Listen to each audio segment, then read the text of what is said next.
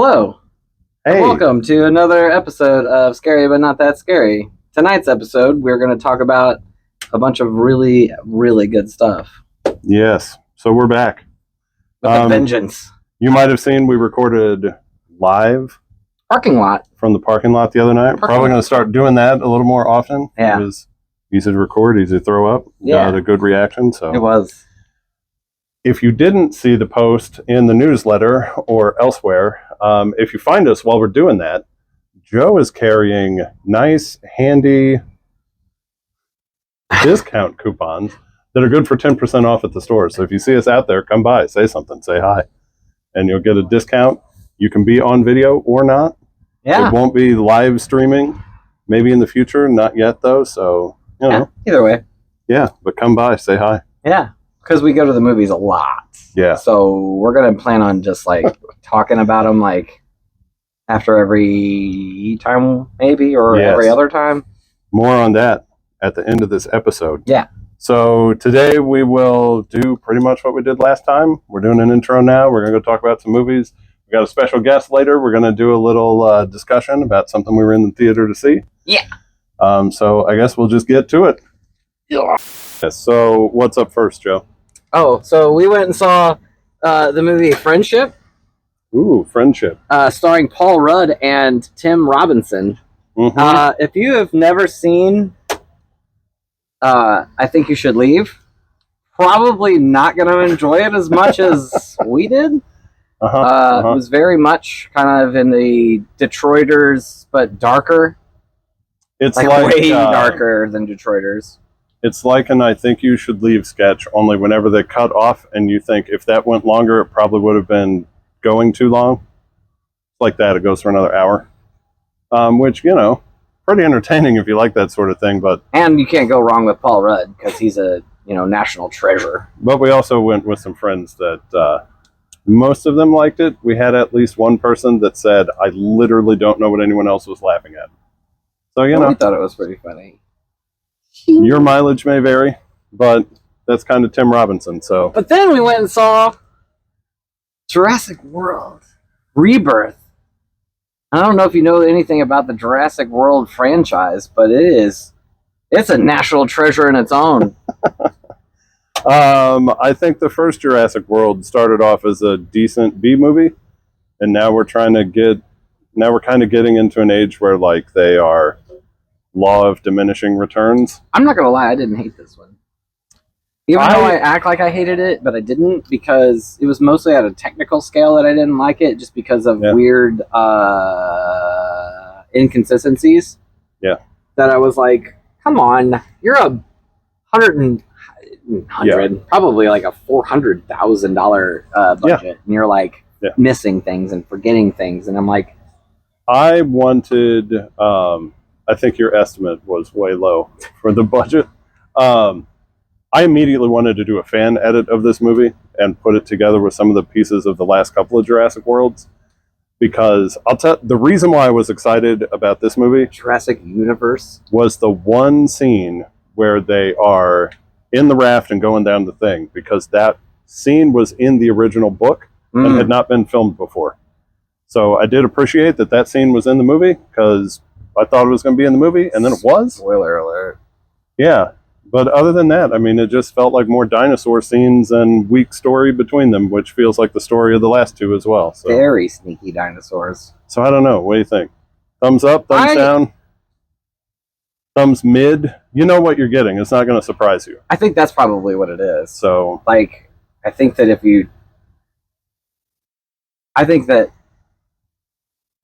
it wasn't a T-wreck, as in train wreck, but it wasn't great. That was really good. All right, let's move on. All right, yeah.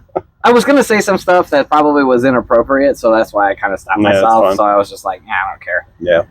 Anyway, I'm going to move on to something that I really enjoyed. I have not seen this movie. Together. This is me and Adam. We're together in a way that... From what little I know about the movie, that just got real awkward real quick. Yeah. It has actually happened to me and Adam. Please call the police. Future me, when you watch this back after you've seen that movie, I am cringing right now. So. Yeah. So, this was Alison Brie and Dave Franco. Because they are also national treasures. Like they being in the movie together, they seemed the whole movie seemed really realistic. Dave as far Franco, as, like the national treasure. Remember that time that Nick Cage was in that movie where he spent the whole time just looking for Dave Franco, and he was like, I think he's at the Lincoln Memorial. Yeah. Wish that would have been like that. I wish that would have showed up at some point, at least. I totally a lot of people get really weirded out because they think it's super body horror. Are you going to say it's not? Society is so intensely body horror. It's insane. Yes. This movie is just like, it's not. So it's not that it's not body horror. It's that you've seen Society. So you were like, it's okay. Yeah, pretty much. On a scale of Society to The Substance. I would actually put it behind Substance. Yeah. Not body as bad. Horror. Yeah. But on the scale of goodness, I would put it almost on the same level, to be honest. I saw it twice. So, I mean, anyway. Yes. I would definitely recommend Together. I'm a maybe. Yeah. Because I haven't seen it, but I do love a good body horror movie. Well, love to hate them. I love to hate them. Speaking of, something that Byron told us to watch is the Naked Gun movie, the new one. I thought this would be a complete throwaway of like, I'll just watch it on Netflix because who cares? This movie was really, really funny. They did a really good job of continuing the franchise. Well, I guess rebooting the franchise. Yeah. But in a sense that they recognize the old ones. It has several of that joke that never ceases to entertain me, which is like the misdirection, somebody takes things too literal joke.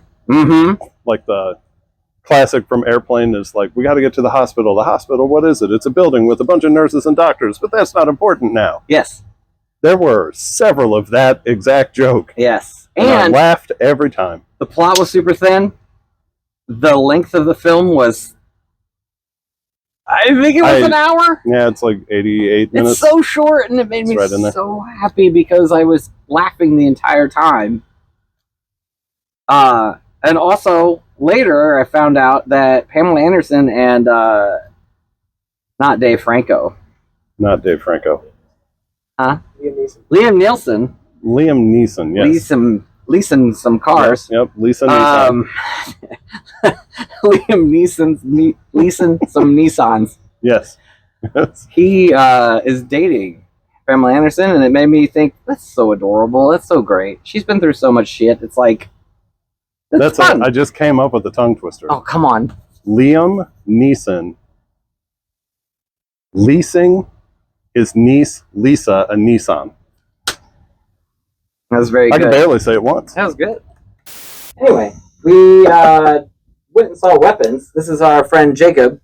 He's going to join us and talk about Weapons because he also really enjoyed the film. So what was the synopsis of what you thought about Weapons? I exposed myself to very few spoilers going into this. I went in pretty blind because I love Barbarian and I wanted to watch this movie from the same director. Yeah. And all I knew was at 2:17 a.m. an entire classroom of kids disappeared. And there's so many assumptions you can make from that, and there's probably allegories you can sit and theory craft about it, but that's all I knew going in. And then I was along for the ride, and halfway in, you do get this reveal kind of akin to the mice in The Witches, seeing Angelica Houston witch with all of her makeup and wigs off. Oh, and I didn't know.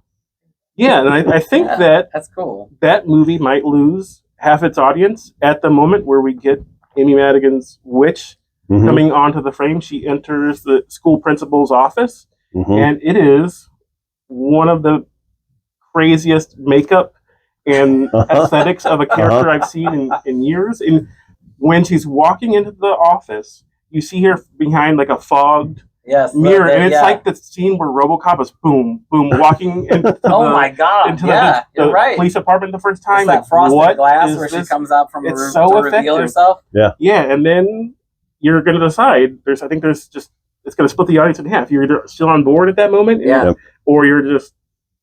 But oddly get enough, up and so I walk went out. and saw it again. So, well, you saw it twice. I've seen it twice. Yeah. Yeah. So, but whenever it's towards the beginning, you see her sitting there to talk when she's talking to the kid with the dad who's had a stroke. Whenever he brings the Coke, but it's like your brain isn't even remotely thinking about the fact that this woman's got some kind of crazy outfit and crazy hair and everything. And the second time I saw it, I was like, oh my God, she's sitting right there. This is the whole scene again. This is insane. I think fair enough. She was so bizarre looking in every scene. Like it was so drastic of a change on every single thing that she did. It was so great. Yeah. It's going to have to be the cropped bang orange Wendy's wig. Yes. Yes. Pennywise Aunt look. Pennywise. Yeah. Mm-hmm. Yeah, Grandma Pennywise. Yeah, and I heard that because of how the progression of the film goes, it kind of, like you were saying, it backtracks and it looks through the eyes of every person. Yeah. There was supposedly supposed to be a Glenda story throughout. Gladys, but yes. Gladys, sorry. Yeah. Yes. And that they were just like, nah. Yeah. Or it was just cut for time. I don't know. But like, yeah. Well, there's part of me that really likes that I don't know. But there's also a part of me that's like, what the fuck? What happened to this woman what happened to this person as they grew up? Well, and we've talked about this before with like the tendency right now to over-explain things. And I think that's why I really like a movie where it's like, where did she come from? Don't know. Where did she go? Where did she get this tree from? I mean, so the question is how long has she been doing that? Yeah. Where did she find out about the tree? You know, and I don't want a prequel that is like, how did she happen into this town? I want a prequel that's like hundreds of years in the past, like set it like The Witch, of like, how did her family first come across this thing? And how has this become, you know, like either a curse? Is it a curse to their family? Is it something powerful? Is it, she used to own Black Phillip, the goat. Yeah. I think for me, if there's a complaint, it's just what I think to be the really unnecessary dream sequences that are in this movie that allow them to turn the horror aspect into something that the movie isn't. Because when we first see the Justine teacher character harassed by this unknown force, there is like this horror movie knocking on the door, open the door, there's nothing out there, and no human could jump away that quickly. Right. And then when we find out later that it's the Josh Brolin Archer character that Thanos. painted, and it doesn't Thanos make sense. like... It doesn't check out that he would be the person knocking. Either that or there's some other person ding-dong ditching. I think it's that couple that we're walking by. That makes no sense. But I feel like there's the dream sequence right after that. She's looking up at her ceiling, and you get the first jump scare of Aunt Gladys's face, and then there's another Aunt Gladys jump scare during Archer's dream where he sees his child in a house after the child's still missing. But yeah, I don't know if that's a movie that feels like it needs to cash in on the horror genre and like introduce these scenes for what otherwise it's just kind of the. Right. I felt that this was definitely more thriller feeling. It definitely was, but that the part at the beginning, the dream sequence stuff, like especially with her being on the ceiling, that happened early enough that I was like, is this what we're in for? Like, it's just going to be 50 of these throughout this movie. And it's just like, oh, it was scary because it was a jump scare every 3 seconds. So I did like that stuff was contained to the dream sequences. I feel like it didn't go to the point of spoon feeding the metaphors, but it was definitely like the gun in the sky thing definitely felt like metaphorically you could apply this to several different things. But here's the metaphor we are talking about. Right. And it's like, okay, but I also appreciate that it didn't get preachy or like get to a point where it was like, here's the only way you can interpret this movie, because I think and that's not like a political thing or whatever else, other than just like, I prefer whenever things like that are left more vague and then they are more applicable to different things you think about, because then it becomes more interesting when you think about how it applies to different situations, instead of them just saying, here's what we did, here's how we want you to think of this. Because I think that's a different type of movie than this is. Yeah. So I feel like they came up close to overcommitting to we're a jump scare movie, or we're a this, or whatever else. And then also the comedy elements towards the end of this. There was part of it The where comedy in this feels not intentional per se, but it was really well done. At the end, I was like, are they intending this to be as comedic as it's coming off? Right. And I wasn't sure how comedic I was finding it, other than Byron just kept laughing.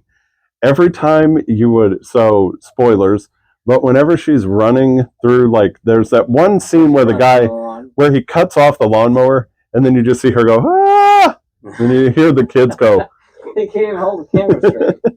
Then you just hear the kids go, ah! It's like, okay, that one's obvious comedy, but all the ones up to there, it's like, are you intentionally doing this or not? And I think the hilarious part, which is being ripped in parts, that's fun.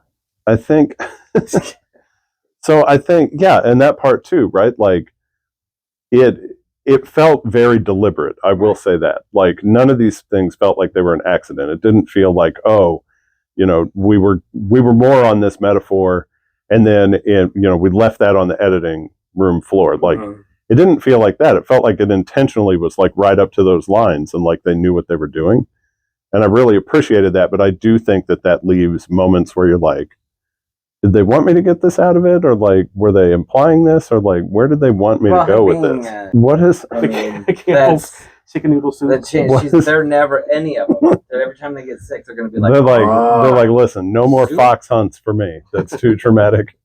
What is the principal's name in the movie? Wong. Benedict Wong is the actor. It's Marcus. Marcus is the name of the chapter that he's in. Marcus.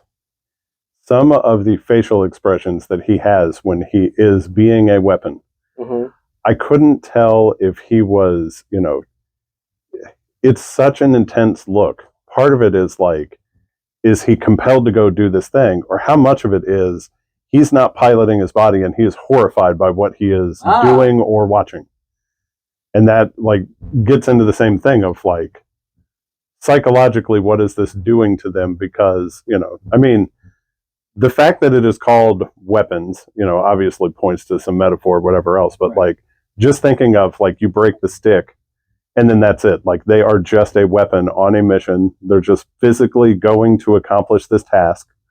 I thought it was great the way the kids went, and when they got her, all that stuff happened. And then they're literally just standing around her. Like, they had the one goal, and when they accomplish it, they're just like, they don't wake up or whatever. They're just standing there like. Well, that was also one of my favorites is when Josh Brolin, whenever he's choking Justine, Yes. and whenever it gets broke, he doesn't care at all. He's just like, my child, my child, my child, my child. He like it just, his brain is just completely like one track, and Does but that? I will say. But he wasn't. Whenever they tackled Marcus, sponsorship deal, they tackled Marcus right into the cooler at the convenience store filled with liquid death. Who's ever had that before? Brought to you by liquid. Which was, I didn't notice that until the second one. I was just like, I was just like, oh my god, that's hilarious. Out of all of the things that they could have crashed that people into. To jump back to the other thing, though, whenever he comes to and he is choking Justine, right? Does that imply that he's aware of what's happening? Because whenever the spell is broken, he's not confused by what's happening. He just stops doing it, runs away to find his kid. Right. But which implies that he's not like, oh, where was I? I was out of it. He's just like, I gotta go. I don't agree with that, because I feel like their relationship started to build enough that if that was the case, then he would have immediately been like, holy shit, I'm so sorry that I was just doing that to you. Are you okay? And then bolted to be like, where's my child? But he was just immediately like, I don't even know that I was doing that. I don't even care what's happening. I'm awake again, and I was already looking for my child. Yeah. So, which is also interesting, just in itself, that like, whatever he was doing was completely like just. There's a pretty big tip of the hat. This might be what Byron is raising his hand for, because he brought this up after the movie was over. there are at least two different either tips of the hat or red herrings where we're referring to just parasites. So there's a documentary that Marcus and his husband are watching in their home where there's a parasitic, possession of Cordyceps. yeah, there you go. And then there's another, maybe it's in the classroom. There's a clip that the kids are watching on the TV about parasites. I'm probably going to buy it because I probably want to see if there's any kind of background of anything on any more chapter of everything. But yeah, highly, highly, highly recommend it. Not a horror film, very much more of a thriller. Yeah, I liked it more than I liked Barbarian. I really liked Barbarian. So 4.5 stars out of 5 on Letterboxd. Oof, nice.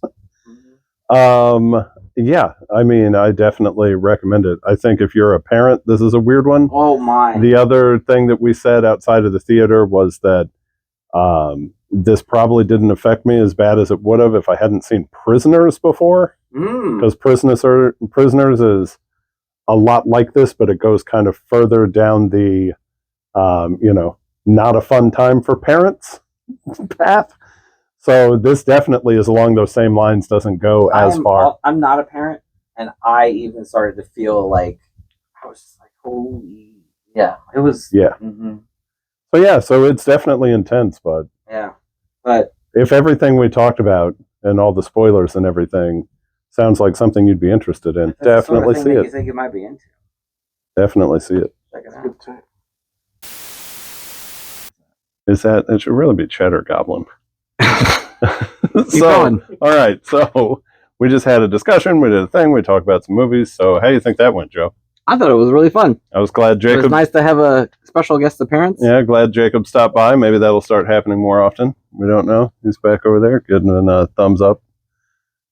Yeah, he did it.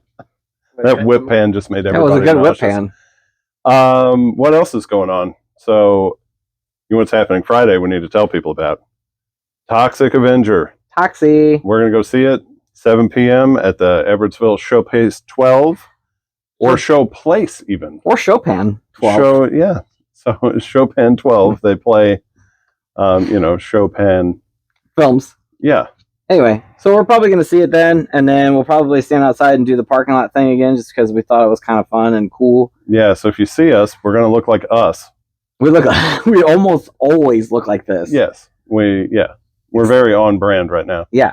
Joe might have a different hat. Oh, yeah, probably. But 10% off. All you got to do is say hi. So thanks for watching this extremely long episode of Scary But Not That Scary. We've gone longer and done less. That's true. We've produced less content in more time. We appreciate you watching, and we'll see you next time. Bye.